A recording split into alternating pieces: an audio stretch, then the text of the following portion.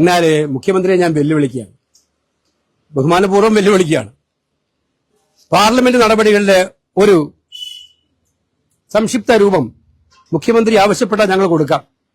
പാർലമെന്റിൽ ഉന്നയിക്കുന്ന 0 അവർ, പാർലമെന്റിൽ ഉന്നയിക്കുന്ന ക്വസ്റ്റ്യനുകൾ, ചോദ്യങ്ങൾ, ഇവിടത്തെ പ്രശ്നങ്ങൾ, തീരദേശത്തെ ഈ പ്രശ്നം, നമ്മുടെ 2 കപ്പൽ, ഒരു കപ്പൽ മുങ്ങി, ഒരു കപ്പൽ കത്തി, ഈ പ്രശ്നങ്ങളൊക്കെ കേന്ദ്രത്തിന് മുന്നിൽ ഉന്നയിക്കുന്ന കാര്യത്തിൽ ഏതെങ്കിലും ഒരു വിഷയത്തിൽ UDF എംപിമാർ പിന്നോക്കം നിന്നു മുഖ്യമന്ത്രി പറഞ്ഞാൽ ഞങ്ങൾ പരസ്യമായിട്ട് മാപ്പൂരാൻ തയ്യാറാണ്. ഇത്ര നോണ പറയാൻ പാടില്ല. മുഖ്യമന്ത്രിക്ക് വിവരം കിട്ടുന്ന ആളല്ലേ, ഈ ഇൻഫർമേഷനൊക്കെ കിട്ടില്ലേ?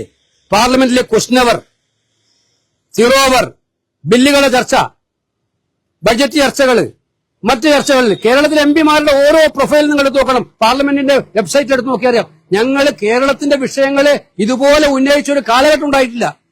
പക്ഷേ കച്ചവടത്തിന് വേണ്ടി, ഡീലിന് വേണ്ടിയിട്ടുള്ള ഇടനിലക്കാരാൻ കേരളത്തിലെ UDF എംപിമാർ നിൽക്കാറില്ല. അതായിരിക്കുമോ മുഖ്യമന്ത്രി ഉദ്ദേശിച്ചത് എനിക്കറിയില്ല. ഞങ്ങൾ എംപിമാരുടെ കോൺഫറൻസിൽ വിളിച്ചുകൂടി തരുന്ന നോട്ടുകൾ, ആ നോട്ടുകൾക്കനുസരിച്ചിട്ടാണ് ക്വസ്റ്റ്യൻ കൊടുത്തിട്ടുള്ളത് എല്ലായിടത്തും. അല്ലാതെ ഞങ്ങളുടെ ഓരോ വിഷയങ്ങള്, തീരദേശത്തിന്റെ വിഷയങ്ങള്, കൃഷിക്കാരുടെ വിഷയങ്ങള്, സ്ത്രീകളുടെ വിഷയങ്ങൾ എല്ലാം ഉന്നയിക്കാറുണ്ട്.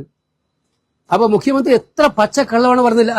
ഒന്നിനെ ന്യായീകരിക്കാൻ വേണ്ടി ഇദ്ദേഹത്തെ ന്യായീകരിക്കാൻ വേണ്ടി പറഞ്ഞിരിക്കുന്ന എന്ത് മനോഹരമായ പച്ചക്കള്ളമാണിത്.